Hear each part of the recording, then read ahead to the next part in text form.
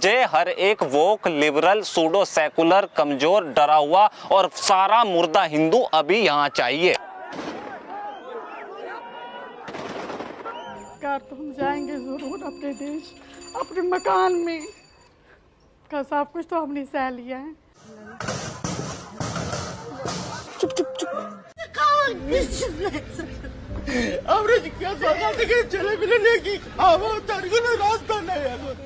एक मुसलमान का घर का बच्चा शहीद होने के लिए तैयार है। इंशाअल्लाह ताला वक्त आएगा तो मारने के लिए भी हम लोग तैयार है। देखो, किसी को मार देना फिर भी आसान है, लेकिन उसे अपना अनुयायी बनाना या उसका धर्म परिवर्तन कराना बहुत मुश्किल है। इसी वजह से मुगलों के अपने पूरे घोड़े खोलने के बाद भी हिंदुओं को मुल्ला नहीं बना पाए, बल्कि इस वजह से हिंदू और ज्यादा निडर, इकट्ठा, अपनी जमीन से प्यार और उस समय इस्लाम के विरुद्ध हो गया। बस आप एक बार सोचो कि जब इस देश में इस्लामिक रूल अपने चरम पर था, जब धर्मांतरण के नाम पर खून था, जो संस्कृति, नृत्य, संगीत, पूजा पद्धति के कट्टर विरोधी थे, उस समय इस देश में सूफियों का सिलसिला कहां से आ गया? इतना लोग डर और आक्रमण से कन्वर्टेड नहीं हुए जितना इन के इस्लामिक प्रचार से हुए। सूफी पीर बन गए, दरगाह और मज़ारों पर माथे टिकने लगे, गांव के गांव वक्फ में तब्दील हो गए। जिसे ज्यादा चुल हो तो पता करना चिटगोंग साइलेट का इस्लामीकरण कैसे हुआ। बाकी जो हमारी पहचान, हमारे धार्मिक स्थल, हमारे मंदिर थे, उन्हें ये इस्लामिक रूलर्स ने तोड़कर उनके ऊपर वक्फ की अपनी एक गुम्बद लगा दी। लेकिन जब अंग्रेज आए तो उन्होंने वक्फ सिस्टम का इतना सपोर्ट नहीं करा। लेकिन जब बंटवारे का समय आया, जब कांग्रेस और मुस्लिम लीग चाटने की सीमा पार कर चुके थे, तब अंग्रेजों ने भी मुसलमानों के लिए देश में अलग अलग वक्फ बोर्ड बनवा दिए। मुसलमानों ने अपना हिस्सा मांगा तो पाकिस्तान बन गया। उनकी क्या गलती थी जो हिंदू अपनी जमीन छोड़ पाकिस्तान से भारत आए? वो लोग सालों साल बच्चे, जवान, लड़कियां, माताएं, बुजुर्ग सालों तक रेफ्यूजी कैंप में पड़े रहे। ये खून में आग लगती कि एक तरफा आपके परिवार को गिद्ध नोच रहे और दूसरी तरफ भारत सरकार पाकिस्तान जाने वाले मुस्लिम की जमीनों को ही वक्फ को सौंप दे। आपने पूछा कि जिनको आपने पानी के नाम पर पेशाब पीने पर मजबूर कर दिया, उनकी जमीनों का क्या हुआ? अरे किसको नहीं पता था कि प्रभु राम अयोध्या में पैदा हुए थे। हिंदू विरोधी ताकतों और सरकारों ने पूरा जोर लगाया, लेकिन फिर भी राम भक्तों ने 1992 में बाबरी ढांचा गिरा दिया। आपके मुस्लिम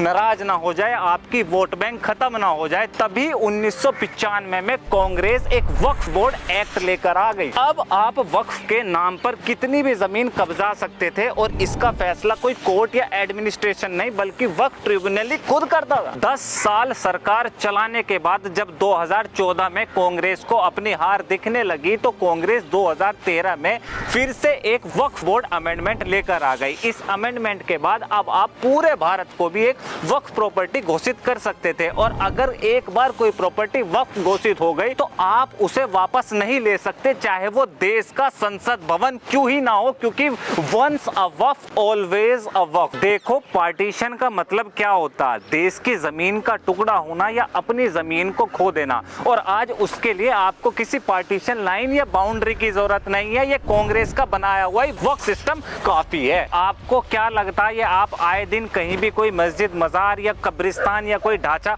बना देखते, वो ऐसे ही बन रहे हैं? अब समझो आप, ये पूरा एनक्रोचमेंट कब्जा सिस्टम काम कैसे करता है। मान लो कोई खाली, विवादित या आपकी जमीन हो और कोई व्यक्ति उसे वक्फ की संपत्ति बता दे। अब नियम ये कहता है कि अगर कोई प्रॉपर्टी वक्फ बाय यूजर, मतलब नमाज, मजार, मस्जिद आदि में प्रयोग है, तो उसे किसी भी तरह के डॉक्यूमेंट की जरूरत नहीं है। वक्फ बोर्ड उसे वक्फ प्रॉपर्टी के नाम से रजिस्टर्ड कर लेगा। अब नियम अनुसार आपकी जमीन पर ही आपके खिलाफ इंक्वायरी होगी। उस इंक्वायरी के दौरान वक्फ जांच सर्वे में जो भी फैसला होगा वो प्रदेश प्रशासन को मानना पड़ेगा। और अगर आपकी प्रॉपर्टी को वक्फ बता दी गई तो कोई कोर्ट या पुलिस नहीं, बल्कि वक्फ ट्रिब्यूनल ही इसका अंतिम फैसला करेगी। अगर वक्फ ट्रिब्यूनल ने भी आपकी जमीन को वक्फ घोषित कर दिया तो फिर इस धरती पर कोई ताकत नहीं जो आपको बचा ले, चाहे आपके पास कितने ही कागज हो। और हाँ, अगर ऐसा हुआ तो 2013 अमेंडमेंट के तहत आपके ऊपर क्रिमिनल प्रोसिक्यूशन भी चलेगा और फिर आपकी पूरी पूरी जिंदगी पैसा भरने में चली जाएगी। अब यही सब का परिणाम है कि आज देश में 30 से ज्यादा वक्फ बोर्ड ऑपरेट कर रहे हैं। करीब 8.5 लाख वक्फ प्रॉपर्टी है, जो लगभग 30 चंडीगढ़ शहर के बराबर है। 30 चंडीगढ़। और ये जिस दिल्ली में मैं फिलहाल ये वीडियो बना रहा हूँ, उनके हिसाब से इसका 77% हिस्सा भी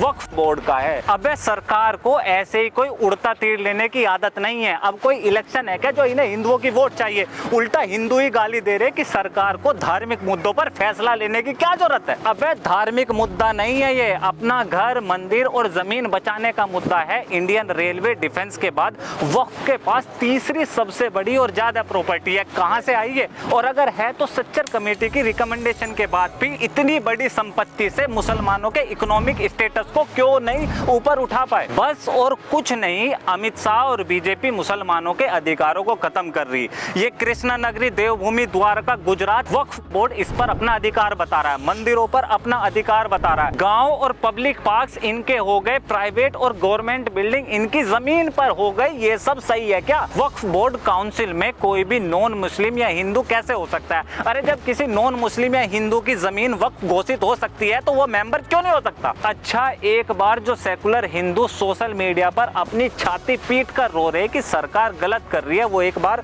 सुन लो कि सरकार इस अमेंडमेंट में अपने क्या प्रपोजल लाई है। सबसे पहले तो आप किसी भी प्रॉपर्टी को वक्फ तभी घोषित कर सकते हैं या डोनेट कर सकते हैं अगर वो जमीन आपकी खुद की हो। इसमें क्या गलत है? किसी वक्फ घोषित या विवादित जमीन का सर्वे कोई वक्फ बॉडी या वक्फ काउंसिल की बजाय डिस्ट्रिक्ट कलेक्टर या डीएम करेगा। अब इसमें क्या दिक्कत है? अब ऐसे ही कोई सरकारी जमीन को वक्फ घोषित नहीं कर सकता, बल्कि जो जमीनें कब्जाई हुई है अब सरकार उसे वापस लेगी। वक्फ बोर्ड में 2 नॉन मुस्लिम मेंबर होंगे और अगर वक्फ ट्रिब्यूनल का फैसला किसी को भी पसंद ना आए, चाहे हिंदू, मुस्लिम या और कोई भी हो, वो इस फैसले के खिलाफ हाई कोर्ट में अपील कर सकता है। इस अमेंडमेंट के और क्या प्रोविजंस है और मुसलमानों के लिए कैसे फायदेमंद है या नहीं, ये बताने के लिए पूरा भारत लगा है। मुझे बस आप ये बताओ कि जो स्पेशल ट्रीटमेंट वक्फ बोर्ड के नाम पर मुसलमानों को मिला वो दूसरे और किसी को क्यों नहीं मिला? अब ये बोल रहे हैं कि जब सभी धर्मों के अपने अलग अलग बोर्ड हैं तो बस इसी से इतनी दिक्कत क्यों आ रही है? सिख गुरुद्वारा एक्ट 1925 भी सिखों को केवल गुरुद्वारा कंट्रोल और ऑपरेट करने का अधिकार देता और हिंदुओं के तो सारे मंदिर और रिलीजियस इंस्टीट्यूशन सीधा स्टेट गवर्नमेंट के कंट्रोल में आते। हमारे तो मंदिर भी अपने नहीं रहे और अगर गलती से हम अपना कोई मंदिर रिस्टोर कर लेते तो प्लेस ऑफ वर्शिप एक्ट बना दिया। मतलब हिंदुओं के माथे पर सी कैसे लिखा गया कि आपके मंदिरों को तोड़कर कोई ढांचा बना और आप फिर भी उसे मंदिर नहीं बता सकते, लेकिन आपके घर, गांव, मंदिर या शहर को वो वक्फ घोषित कर सकते हैं। अबे आपको समझ आ रहा है? अबे सेकुलर हिंदू को समझ में आ रहा है क्या? एक राम मंदिर की जमीन पर पूरा भारत स्कूल, हॉस्पिटल बनाने को तैयार था। 8 लाख वक्फ प्रॉपर्टी, आपने केवल कोई 8 नए हॉस्पिटल बनने की बात सुनी क्या? क्यों ये सारा फिलैंथ्रोपी इस बार हिंदुओं के जिम्मे है क्या? अरे किस जगह चुनाव है अब, और जहां होंगे वहां मुस्लिम वोट सबसे निर्णायक होगी, फिर भी राष्ट्र कल्याण में ऐसा बिल लाए और कानून बना दिया। आप नहीं गए सड़कों पर रोने कि ये वक्फ बिल बना दो, ये जानने के बाद भी अगर प्रदर्शन हुए तो कोई भी मुर्दा हिंदू समर्थन में बाहर नहीं आएगा, फिर भी कानून बनाया। देखो, बात वक्फ बिल या मुसलमानों की नहीं है। जब देश का संविधान इस देश को सेकुलर राष्ट्र बताता तो ये माइनॉरिटी एक्ट या मिनिस्ट्री ऑफ माइनॉरिटी अफेयर्स कहां से आ गया? ये हिंदुओं को रोकने के लिए प्लेस ऑफ वर्शिप एक्ट 1991 बना दिया, उधर वक्फ बोर्ड को खुली छूट दे दी। मतलब हमारा सब कुछ लूट लो, बर्बाद कर दो और हम मुर्दा बने देखते रहे। यार ये मुट्ठी भर जमीन बची है अपने पास, यही हमारा सब कुछ है। हमें नहीं पता कि भारत और सनातन के अलावा हमारा जीवन क्या है। अपने खून से देश की आजादी सींचने के बाद संविधान को ही सब कुछ मान लेने वाले हिंदू से संविधान के नाम पर ही उसकी आत्मा बेच खाओगे क्या? अरे हमारी तरफ से राम जी हर धर्म के लोगों को सबसे ऊंचा बनाए, लेकिन वक्फ के नाम पर बंगाल और बाकी हिस्सों में हिंदुओं को जो मारा जा रहा है, अंधे हो क्या दिखाई नहीं दे रहा है? आधी रात घरों में घुसकर बहन बेटी छेड़ रहे हैं, लूट रहे हैं, हिंदू जान बचाकर भाग रहा है और आपको अभी भी लगता है ये लड़ाई वक्फ या संविधान की है? क्या फर्क पड़ता है सरकार किसकी है? हिंदू कश्मीर, बंगाल या बाकी हर उस जगह से भगाए गए जहां कमजोर थे। ये सरकार या तंत्र इतिहास की न किसी तारीख में आपको बचा पाया और न भविष्य में कोई उम्मीद रखना। और ये हर उस जगह मारा और भगाया जाएगा जहां पर असंगठित, बटा हुआ और अपनी सुरक्षा के लिए इन गिद्धों के भ्रष्ट राजनेताओं के और हिंदू विरोधी सरकारों के भरोसे रहेगा। ये हर वो व्यक्ति जो बंगाल में हिंदुओं के मरने पर खुश है, उसे अपनी जीत मान रहा है, जो चुप है, जिनके मुंह से आवाज नहीं निकली। मैं बता रहा हूं आपको 800 साल किसने क्या कुछ नहीं करा हिंदुओं के साथ, इनका फिर भी कुछ नहीं बिगाड़ पाए। और गलती से ये मुर्दा हिंदू फिर से जाग गया या सनातन की जरा भी चेतना इसके अंदर पैदा हो गई, मैं कसम खा के बोल रहा हूं ये इतिहास में लिखने लायक नहीं छोड़ते। औरों को आती होगी शर्म। खुले और चौड़े में बोलता हूं, अमित शाह जी आपका आभार और धन्यवाद। मैं कितना भी चिल्ला लूं लेकिन आपकी सपोर्ट और आपकी मदद के बिना ये सब कुछ नहीं है। ज़्यादा कुछ नहीं कहना चाहता, लेकिन इस सनातन जागृति को और ज़्यादा मजबूती से अपने परिवार, अपने सनातन, अपने हिंदुओं के लिए और ज़्यादा कृतज्ञता से काम कर सकूं तो प्लीज़ द टॉक शो को फाइनेंशियल सपोर्ट करें। और अगर आर्थिक मदद नहीं कर सकते तो इन वीडियोज़ को ज़्यादा से ज़्यादा सनातन हृदय तक पहुँचाने में मदद करें। और मेरा ये काम जरा भी पसंद आए तो प्लीज़ द टॉक शो को सब्सक्राइब करें। This is Alok Kumar from talk. See you next video. जय हिंद।